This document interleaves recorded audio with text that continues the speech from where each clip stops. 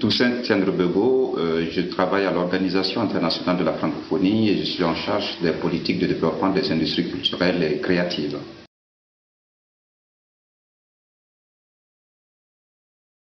L'Organisation internationale de la francophonie a toujours eu dans sa vocation de promouvoir la diversité culturelle et il est évident que le numérique apporte pour beaucoup dans le fait que des pays qui étaient jusque-là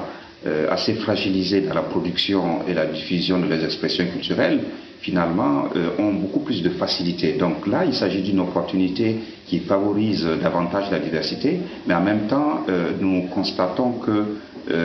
la facilité induite par le numérique n'a pas réussi non plus à atténuer les effets d'homogénéisation finalement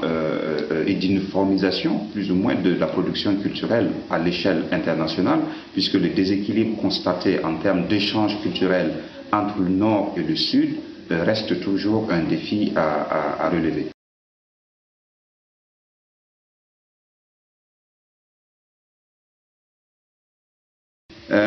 Il est évident que face aux défis et aussi aux opportunités qu'offre le numérique, il y aurait sans doute besoin d'une action publique beaucoup plus forte et beaucoup plus déterminée. Est-ce que cette action devrait s'exercer dans le cadre de la coopération multilatérale ou alors à l'échelle des politiques publiques nationales? À la francophonie, nous avons fait le choix jusqu'à présent d'accompagner et de renforcer les capacités d'élaboration et de mise en œuvre de politiques publiques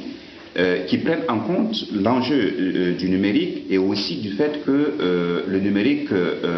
introduit une certaine forme de déterritorialisation en fait des politiques publiques. Donc comment assurer à l'échelle des États finalement la promotion de la diversité des expressions culturelles quand le numérique au plan international permet de pouvoir avoir accès à des territoires sans pour autant respecter les législations nationales ou la réglementation nationale. Donc là c'est un grand défi et nous pensons que l'une des façons pragmatiques de pouvoir prendre en compte cette problématique reste effectivement une discussion, des échanges au niveau de tous les organismes qui participent de cette coopération multilatérale, que ce soit dans le cadre de l'UNESCO, que ce soit dans le cadre des systèmes ou des agences des Nations Unies, et également dans le cadre d'institutions comme l'Union internationale des télécommunications, dans le cadre en fait de l'OMPI. Donc, ça participe finalement, si vous voulez, de cette nécessité de maintenir le dialogue avec toutes ces organisations pour appréhender la meilleure façon de pouvoir gérer ce problème.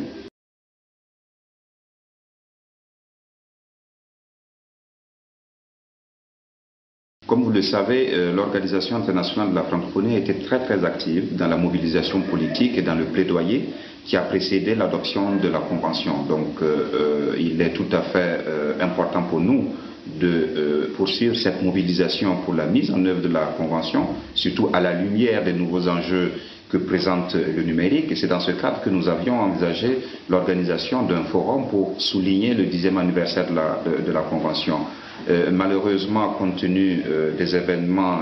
qui se sont déroulés au Mali et précisément à Bamako, ce forum n'a pas pu se tenir. Néanmoins, je pense qu'on avait en amont suffisamment fait un travail de collecte et aussi de consultation qui permettent de dire que sans doute